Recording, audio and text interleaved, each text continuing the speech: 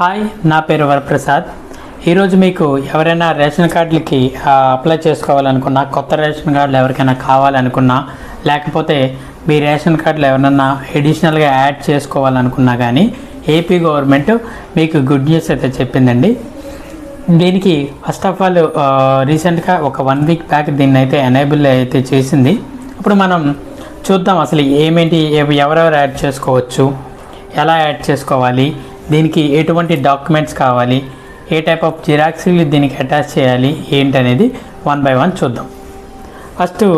మీరు first time నా ఛానల్ని అయితే విజిట్ చేస్తున్నారు అని అంటే ప్లీజ్ సబ్స్క్రైబ్ చేయండి, నా ఛానల్ని లైక్ చేయండి. అలాగే మీకు ఎటువంటి డౌట్స్ ఉన్నా కానీ, లేకపోతే మీకు ఇలాంటి రిలేటెడ్ వీడియోస్లో ఎలాంటి వీడియో అయితే కావాలనుకుంటే మీరు నా ఛానల్లో కింద కామెంట్ బాక్స్లో ఈ వీడియో కామెంట్ బాక్స్లో కామెంట్ అయితే చేయండి. ఓకే, ఫస్ట్ దీంట్లో 3 కేటగిరీస్ అయితే ఉన్నాయండి. ఆ 3 కేటగిరీస్ ఏంటంటే, ఫస్ట్ రీసెంట్గా మ్యారేజ్ అయినటువంటి వాళ్ళు కానీ, రీసెంట్గా మ్యారేజ్ అయినటువంటి వాళ్ళు, మ్యారేజ్ అయిన తర్వాత న్యూ రేషన్ కార్డు తీసుకోకపోయినా కానీ, లేకపోతే మీ వైఫ్ని కానీ ఈ రేషన్ కార్డులో యాడ్ చేసుకోలేకపోయినా కానీ ఇప్పుడు యాడ్ చేసుకునే అవకాశం అయితే వచ్చింది. దీనికి ఇదొక ఫస్ట్ కేటగిరీ. రెండో కేటగిరీ ఏంటంటే, మన పిల్లల్ని కానీ పుట్టిన పిల్లల్ని, లేకపోతే ఇంకా ఎడిషనల్ మెంబర్ని ఎవరినైతే యాడ్ చేసుకోవాలనుకున్నా కానీ ఇది యాడ్ చేసుకునే అవకాశం ఇప్పుడు ఏపీ గవర్నమెంట్ అయితే ఇప్పుడు మనకి కలగజేసింది. థర్డ్ కేటగిరీ ఏంటంటే, అసలు మీకు రేషన్ కార్డే లేదు, మీరు ఏ కార్డులో కూడా మెంబర్గా లేరు అనుకుంటే మీరు ఇప్పుడు కొత్త రేషన్ కార్డుకి అప్లై అయితే చేసుకోవచ్చు. దీని ప్రాసెస్ 3 ప్రాసెస్ గురించి ఇన్ డీటెయిల్గా ఇప్పుడైతే చెప్తాను. ఫస్ట్ ప్రాసెస్ గురించి ఏంటంటే, రీసెంట్గా మ్యారేజ్ అయ్యి మీరు కొత్త రేషన్ కార్డు మీకు కావాలి అనుకుంటే, యాక్చువల్గా దీంట్లో ఈ ప్రాసెస్లో ఏంటంటే మీరు డైరెక్ట్గా మీకు కొత్త రేషన్ కార్డు అయితే ఇవ్వరు.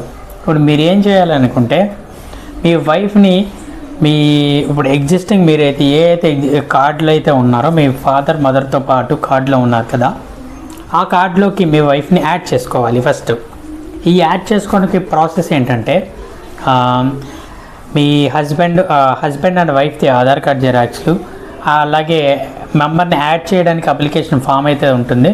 అదైతే మనకి జిరాక్స్ షాప్లో అయితే అవైలబుల్గా ఉంటుంది. ఒక జిరాక్స్ తీసుకొని ఆ ఫామ్ని అయితే ఫిల్ చేయాలి.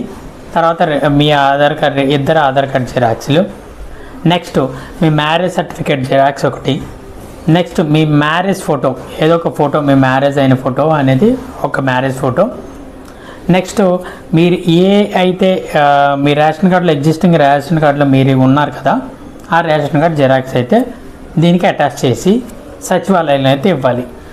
సచివాలయం వాళ్ళు కంప్యూటర్ వర్క్ చేసే అతను ఉంటారు కదా, ఆయనకైతే ఇస్తే దీంట్లో మీకు మీ అప్లికేషన్ని కంప్లీట్గా ఆన్లైన్ అయితే చేస్తారు. వన్స్ ఆన్లైన్ చేసిన తర్వాత విఆర్ఓ గారు మీ చేత ఈకేవైసీ అయితే తీసుకుంటారు. మీ హస్బెండ్ అండ్ వైఫ్ చేత ఫింగర్ ప్రింట్ అయితే తీసుకొని ఈకేవైసీ అయితే చేస్తారు. దాని తర్వాత మీకు అరౌండ్ 1 or 2 monthsకి మీ వైఫ్ అయితే మీ ఎగ్జిస్టింగ్ రేషన్ కార్డులోకి యాడ్ అయితే అయిపోతుంది. యాడ్ అయిపోయిన తర్వాత ఒక 1 month తర్వాత మీరు ఆ కార్డులోంచి స్ప్లిట్ ఆప్షన్కి స్ప్లిట్ చేసుకోవడానికి అవకాశం అయితే ఉంటుంది.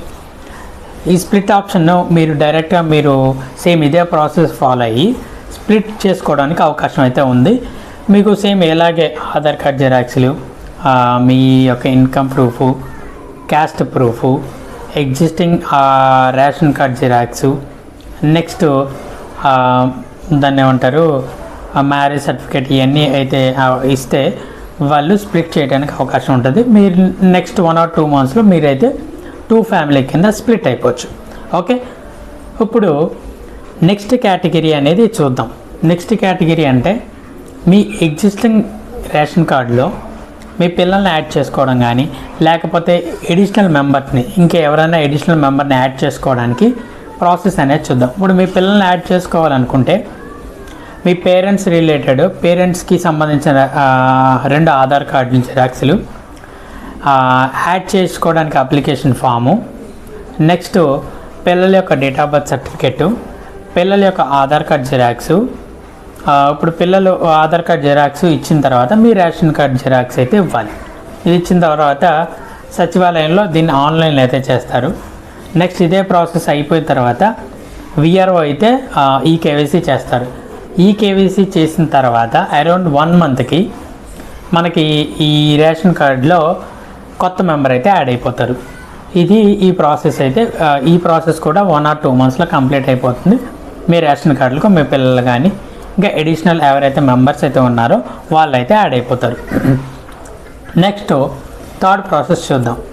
మీకు అసలు రేషన్ కార్డ్ అయితే లేదు, అలాగే మీరు ఏ కార్డులో కూడా మెంబర్గా లేరు అనుకోండి. ఇప్పుడు మీరు కొత్త రేషన్ కార్డు అప్లై చేసుకోవడానికి మీరు ఎలిజిబుల్ అవుతారు.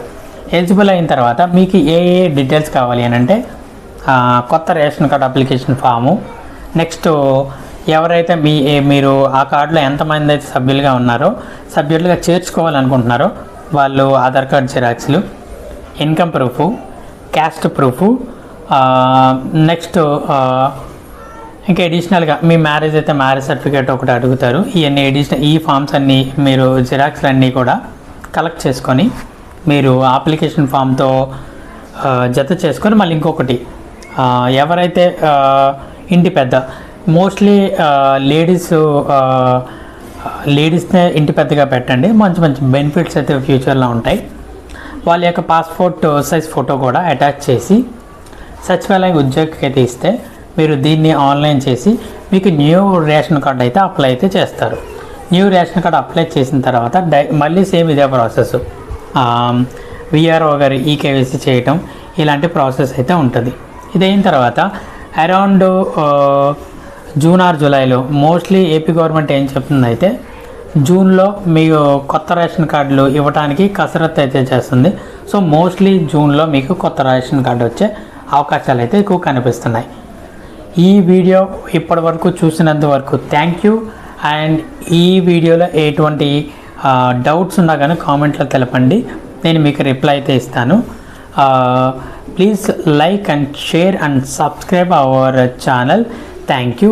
జై హింద్.